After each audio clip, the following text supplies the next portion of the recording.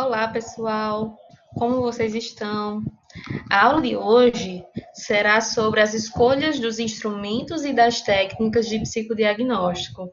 Vamos estar conversando, refletindo e verificando quais seriam as contribuições, tanto de instrumentos quanto de técnicas, para esse processo.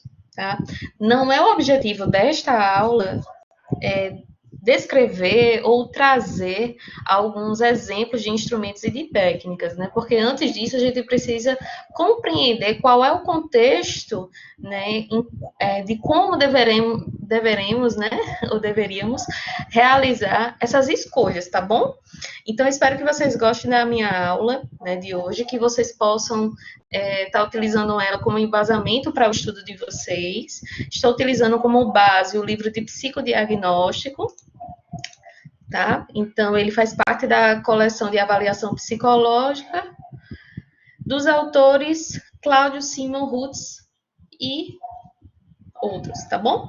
Espero que vocês fiquem aí bem à vontade, né, nessa aula de hoje, porque eu vou trazer alguns materiais além do livro, principalmente algumas informações acerca do Conselho Federal de Psicologia. Então, é muito importante a gente conversar sobre esse processo de escolha de instrumentos e de técnicas, né? Porque é isso que vai estar colaborando para a conclusão e os encaminhamentos apropriados dentro do processo de psicodiagnóstico. Então, o descuido na escolha, o mau uso de instrumentos, ou mesmo o não uso de técnicas apropriadas em diferentes etapas do psicodiagnóstico, podem ter como consequências conclusões e encaminhamentos inadequados. E isso pode repercutir negativamente na vida dessa pessoa que a gente está avaliando, tá? Tendo em vista que esse documento que é produzido com a finalização do psicodiagnóstico, ele vai estar norteando tanto o encaminhamento para outros profissionais, como embasando para novas decisões, inclusive judiciais, por exemplo. Tá? Então, é importante, né, mais uma vez, reforçarmos que esse processo de psicodiagnóstico ele está contribuindo para um encaminhamento que vai trazer uma melhoria de qualidade de vida, né, desse paciente, e se a gente não faz esse processo bem feito, com os cuidados adequados, com todo embasamento no código de ética do psicólogo, a gente pode estar interrompendo ou interferindo, até retardando algumas evoluções, né, desse indivíduo a partir desse processo que foi mal elaborado. Então, eu trouxe aqui uma reflexão para a gente acerca do psicodiagnóstico e da entrevista, da pesquisa científica, perdão. Porque o psicólogo o profissional, ele tem que ter uma postura investigativa exploratória, certo? E um passo importante para o bom resultado do processo de psicodiagnóstico em relação a essa questão de escolha de instrumentos, técnicas adequadas, etc., isso vai estar fornecendo, vai estar solicitando desse profissional uma conduta, né, principalmente em relação à estruturação dos passos iniciais do psicodiagnóstico, né, principalmente em relação a como ele conduz esse processo a partir das perguntas, a partir das hipóteses que ele elaborou, certo? Porque inicialmente a gente deve formular as hipóteses com base nesses passos iniciais, ou seja, na anamnese, nas informações que esse paciente vai trazer complementares, certo? E aí, durante esses primeiros contatos, né, e aqui a gente não está falando ainda nem da aplicação de nenhum instrumento, são os primeiros contatos mesmos, essas perguntas, elas devem surgir para fazer com que o psicólogo ele compreenda o que o paciente está trazendo para ele, né? Como é que esse paciente está lidando com essa demanda, com essa queixa, com esse quadro clínico, e o que pode estar causando esses sintomas que estão sendo relatados. Então, essas perguntas vão ajudar na formulação das hipóteses, né? Assim como está acontecendo, como a gente pode fazer essa analogia também com a pesquisa científica. A gente só pode dar andamento a um projeto de pesquisa, a um artigo que a gente está escrevendo, etc., se ele tiver essa metodologia científica como base para acontecer, a partir das hipóteses que a gente levantou, né? O que a gente pode abstrair, né, daquilo que a gente está investigando e, a partir disso, traçar alguns caminhos, né? Então, a gente traz esse processo, essa reflexão aqui, né, desse paralelo entre a realização do psicodiagnóstico e a pesquisa científica, né? Então, quando a gente fala de alguns pontos que podem nortear a escolha dos instrumentos e das técnicas, a gente pode elencar aqui o primeiro, na aula de hoje a gente vai falar sobre alguns desses pontos em todo o decorrer, que são as hipóteses, né? Então, as hipóteses, elas vão orientar a escolha do que a gente realiza, o que a gente vai utilizar durante todo o psicodiagnóstico, inclusive nosso foco da aula de hoje, que são os instrumentos e as técnicas. As hipóteses podem ser diversas e podem, com o decorrer do processo, ser confirmadas ou não, até chegar ao final, né, com o diagnóstico que o psicólogo vai estar trazendo, né? Então, existem algumas variações em relação à maneira que a gente tem de construir essas hipóteses, né? E elas são influenciadas pelas diferentes perspectivas teóricas, que aí a gente pode entender em relação às abordagens, que cada psicólogo vai ter a sua, porque se lembre que quando a gente fala de psicodiagnóstico, todo o processo que a gente entende de entrevista, de coleta de informações e tudo isso, deve ser com base nos princípios, né, e de como a abordagem teórica do psicólogo deve se comportar, como em relação à abordagem de TCC, sistêmica, tá? Psicanalítica, centrada na pessoa, e assim por diante, tá?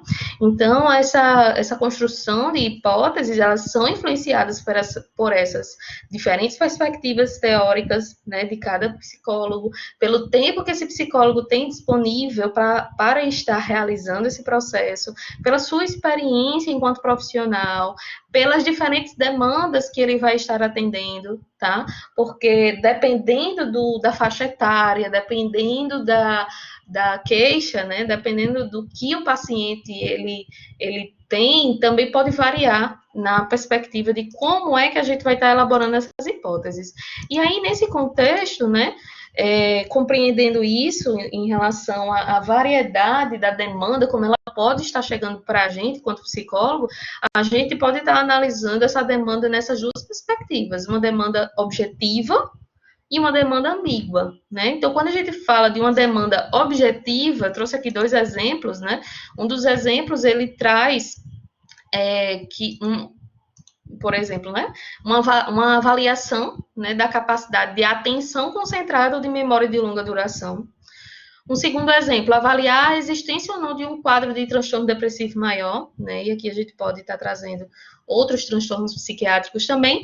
E essa caracterização principal da hipótese, né, que vem com essa demanda objetiva, ela vai fornecer para o psicólogo um contexto que essa formulação ela vai ser ainda mais rápida, mais breve, né? E vai se constituir, né, como esse importante norte, né? Então, isso geralmente, né, esse tipo de demanda, geralmente ocorre quando o objetivo da avaliação é determinar um diagnóstico tanto descritivo quanto nosológico, certo? E aí, quando a gente fala nessa outra perspectiva, né, em relação ao tipo de demanda, né, a gente tem o contraponto, né, o oposto, como aquela demanda que é ambígua, que é genérica, que é ampla, né, e aqui eu trouxe um exemplo que diz o seguinte, né, a avaliação, né, dos desencadeantes e mantenedores do quadro depressivo, ou as razões de uma criança ter dificuldade de aprendizagem, né? Então, os profissionais, os psicólogos, eles entendem que a formulação das hipóteses, né, e a consequente escolha desses instrumentos serão melhor realizadas se eles adotarem uma capacidade negativa, né? Então, como assim, né? Então, esse tipo de comportamento, né, de escolha dos instrumentos, nessa perspectiva de capacidade negativa, é no sentido de suportar, não saber o que o paciente tem até os primeiros sinais se tornarem hipóteses, né, em virtude das repetições ou das aparições desde as consultas iniciais, tá? Então, o que acontece muitas vezes, principalmente no início da atuação do psicólogo, né, profissionalmente falando, é que às vezes a inexperiência profissional, a ansiedade, né, de querer intervir, de querer fazer, de querer encontrar uma solução, né, entre aspas, para o caso que a gente está analisando, isso faz com que o psicólogo ele tente apressar, né, e buscar essa solução mais rápida possível para o paciente que o procurou, né? Então, isso pode acontecer, né? Isso, principalmente nos recém-formados, né? Porque eles estão sendo influenciados, né, por uma certa insegurança profissional, né? E ao invés de estar sendo guiados ou sendo mais sensíveis pelos indícios clínicos, né, que o paciente ele está fornecendo para ele, né? Então, por isso, quando possível, né, nos casos em que o diagnóstico compreensível é o alvo, a gente não deve apressar o processo avaliativo, né? A gente deve nos manter, né, de forma crítica, a primeira impressão diagnóstica que foi elaborada, né? E aí a gente tem que ir além de uma avaliação de aparências, né? A gente tem que ter muito cuidado com isso, né? Então, um exemplo, né, que eu trago para vocês aqui em relação a esse tipo de demanda ambígua, né? O autor, ele traz o seguinte exemplo, né? Dentro do contexto clínico, de um quadro clínico, em que a paciente de 22 anos foi encaminhada pelo psiquiatra para avaliar os motivos de estar apresentando um quadro depressivo há cerca de 6 meses. Né? Então, nesse contexto, né, a paciente a demanda mesmo, né? Ela está alicerçada nos motivos do sofrimento e esses nem sempre são claros para a paciente. Tá? Então, necessita de diferentes estratégias para que o psicólogo ele possa construir as primeiras hipóteses, né, que vão ser verificadas, testadas, avaliadas a partir desses instrumentos ou dessas técnicas que ele deve estar selecionando, né? Então, voltando para o caso. Segundo a paciente, ela se sentia triste desde que enfrentara há 8 meses a morte do cachorro com o qual convivia há 10 anos. Então, nesse contexto, a gente pode até pensar, né, que é um luto, né, que é mais um luto numa perspectiva mais patológica, né, e isso seria focar na consequência de um conjunto de processos psíquicos e não nos motivos desse luto patológico, né. Então, nesse exemplo, foi necessária a realização de 4 entrevistas em que se constatou que a perda do animal de estimação da paciente havia exposto outras faltas que ficavam encobertas pela relação que tinha com ele. Verificou-se a difícil relação da paciente com sua família e com seus ideais profissionais, seus impedimentos quanto às relações interpessoais e suas fantasias ligadas a morar sozinha, sem os pais. A companhia do cachorro lhe trazia conforto para várias dessas preocupações, que não surgiram somente após a morte dele, mas se intensificaram durante o período de luto. A partir dessas constatações iniciais, foram elaboradas algumas hipóteses e optou-se pela aplicação de testes projetivos com o intuito de compreender melhor os principais conflitos psíquicos inerentes a cada uma das situações descritas. Olha só que interessante isso, né? A demanda dela, ou a queixa dela inicial, era para compreender, né, esse quadro depressivo, só que a partir das entrevistas realizadas, percebeu-se que há além, né, desse contexto relacionado à demanda, né? Então, portanto, nos casos em que a busca da elaboração de um diagnóstico compreensivo é o alvo, por mais que possamos pensar algumas questões iniciais em razão da demanda, precisamos esperar o paciente manifestar seu sofrimento, sem que a gente fique nessa ansiedade que ele antecipe ou traga sintomas ou sinais que podem nos auxiliar no nosso trabalho, né? Então, a gente tem que estar aberto para refazer as hipóteses que a gente inicialmente fez, né, a cada encontro ou a cada possibilidade de informação relevante, né, e vai construindo com o paciente o significado de suas palavras, né, daquilo que do que traz em seu conteúdo, a partir também dessa compreensão do conjunto desses dados colhidos, certo? Então, essa primeira aula, né, relacionada a esse contexto de escolha de instrumento e de técnicas, já vai ficando por aqui e que você possa estar dando continuidade no próximo vídeo, tá bom? Então, até lá. Tchau, tchau.